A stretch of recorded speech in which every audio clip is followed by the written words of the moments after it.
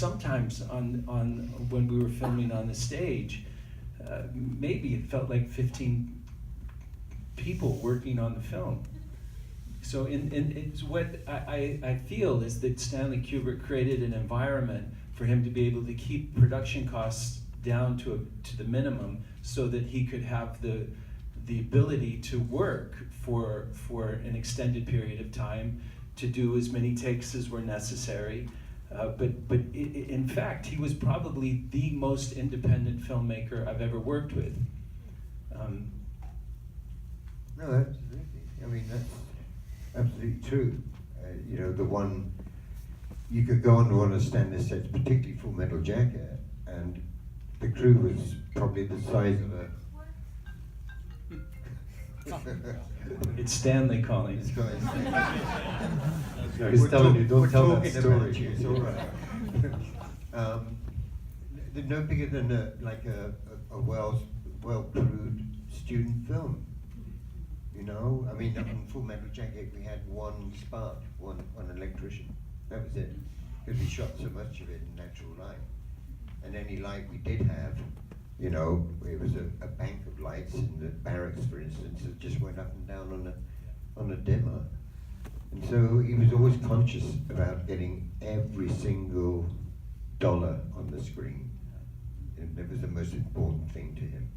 That electrician, that one Sparky that we had working on the film, that he had to, because of the union Seamus, to turn the lights on. It was a union thing, so he'd come in and turn the lights on, and then Stanley tell him to fuck off to his house because there was some wiring problem in the house. He had to pay him for the day, so go wire my house.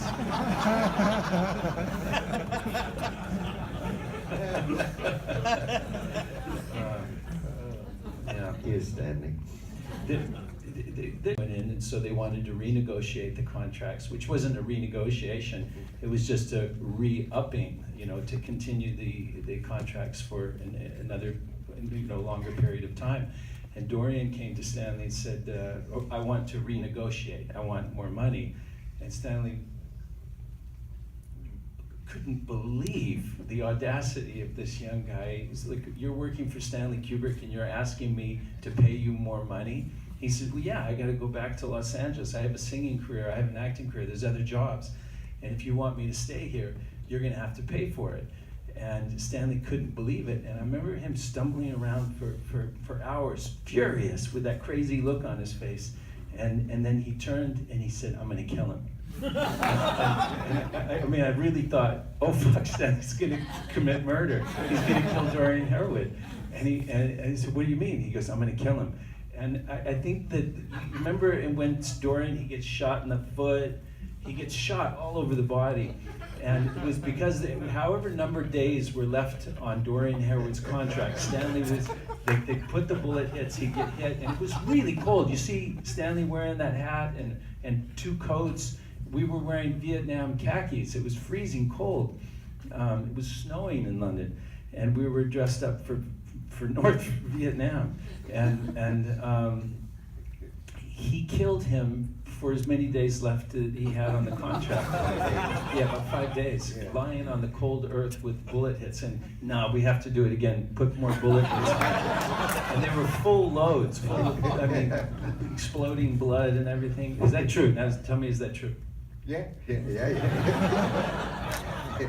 That was also when the story that you cut happened.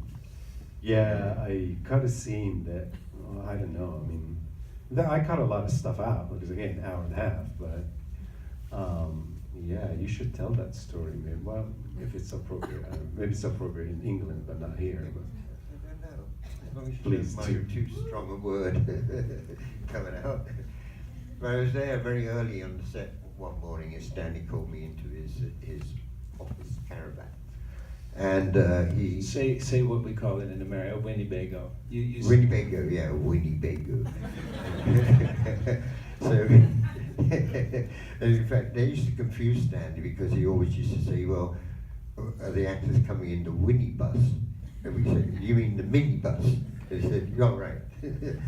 Anyway, he said to me, he said, this piece of paper, all the extras signed, what does in perpetuity mean? And I said, well, it means forever. And he said, "Are you sure? You really sure?" And I said, "Yeah." He said, "Forever. I had to sign a contract for Barry Lyndon where he said I would never get any residuals, you know, now or in perpetuity." So I knew exactly what it meant. He said, "No, I want you to talk to Jan and get him to ask the Warner legal department." And so I said, "Okay, I'll phone him." He said, "No, you go to his office, you walk in and you give him the piece of paper and you ask him, what does in perpetuity mean? And then ask him to ring Rick Sennett, who was the lawyer at Warner Brothers." And the thing was, Jan Harden's office was an hour and a half away back from where I'd come, where I lived, to get to work in the first place. So I drove all the way back there, and I went to Jan's office, and he, you know, and he made a phone call, you know, and I drove back to the set, and he was shooting Dorian being shot, and he saw me coming from about 30 yards away, and just, you know, he hadn't even finished the take, and he suddenly looked at me, saw me coming, and he said, "Did you tell Jan?" And I said, "Yeah."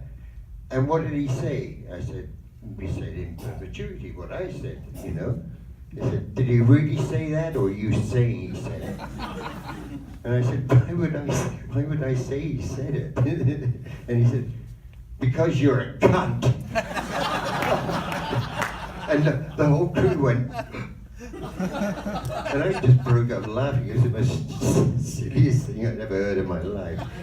But when I got to him, he just pulled out a piece of paper from inside his pocket. There were 2 lines written on it, which was the solution to how to get you guys out from behind the wall, where there'd been dialogue. You said, "I'm going with you," and Rafter Man said, "Me too." And he said, "How do you like that?" And I said, "Great." And that was it. Yeah. Stanley was a Jewish kid from the Bronx, and that's a British word that begins with a C and ends with a T. And he said that word with such ferocity and relish, and I was the recipient of being called a cunt for about a month.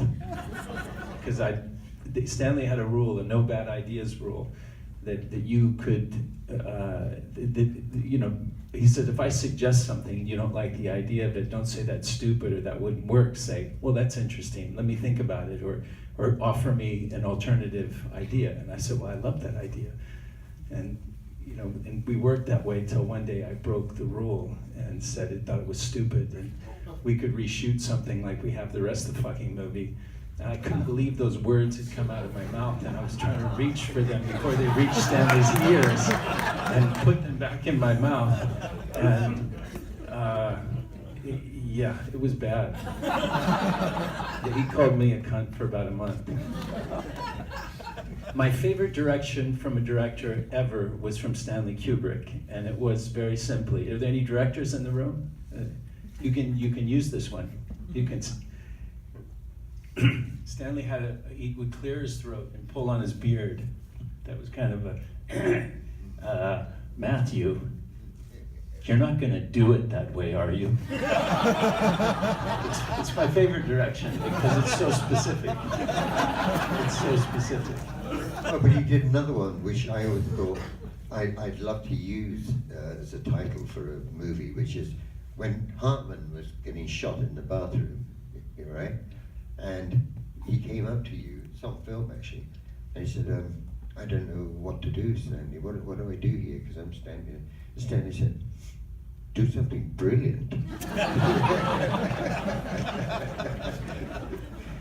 What you just said, it was in the scene in Barry Lyndon, where the musical evening where I opened the door, he said exactly the same to me. He said, how are you going to come in? I said, well, I guess I'm just going to walk in. He said, you're not going to stand there like Frankenstein, are you? I said, no, I'm not. Tell us about arriving on the porch late at night, having a fag and pissing off the porch. Having a fag. That's not what you say here. Well, we used to talk a lot at the end of any day, and he had his offices and what have you, and the nearest bathroom was about, I don't know, 50 yards away.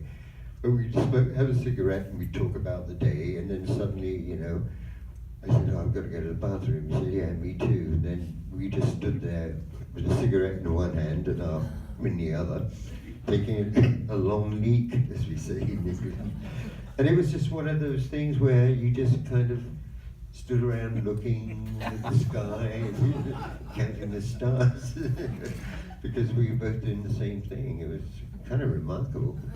I love that story because it humanizes him so much. He knew that my father was a drive-in movie theater manager, and I was born here in California, grew up in Utah, and he was fascinated with the West. And we were filming at Basingbourn Airfield, and it's tremendous tarmacs for the airplanes, the B-17s that took off from that airfield in the Second World War. And we were driving back to the location with the obstacle courses, and we were in a Jeep, in an old, you know, U.S. Army Jeep, and suddenly Stanley just started making he turned the wheel, and we just started making loops, circles. And I looked at him, I thought, what the fuck's he doing? And he had a smile, like this shit-eating grin on his face, and he said, it must have been great being a cowboy, riding around, chasing cows. And he looked at me and smiled, and I didn't want to say to him, it was probably a miserable job sitting in a saddle all day in the sun and everything. But if in that moment, it was so beautiful, and Stanley's imagination about what it was to be a cowboy was so pure and beautiful. I didn't have the heart to tell him. And then he said, well, I guess we should get back to work. Yeah, Stanley. We went back to work. What is an artist? And what is the value that art and film have? That's something I've kind of thought about. You know, artist it's become a word like love or hate, or, you know, it's used so loosely, I think. Because for me, anyone can be an artist. In my vacation time from drama school, I used to work with a bricklayer.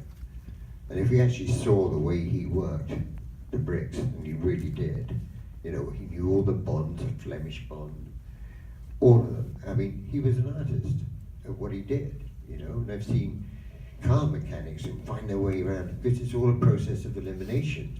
And I think artists work, you know, at a process of elimination, because the hardest thing, I think, to do is to get back to the simplicity of whatever it is you're trying to tell, the story you're trying to tell. And how often things come in which seem like good ideas, but they're big distractions, and so you're all the time working to get rid of the junk, however appealing it might seem at the time. So, you know, composers and musicians and actors and writers, and yeah, they're all artists because that's what they do. It's getting everything down to the simplest that you can make it, to make the story resonate and have a point. Yeah. That's what I think, anyway. Well, they're about to throw us out of the movie theater. How much time do we have? Do we have time to take a couple questions?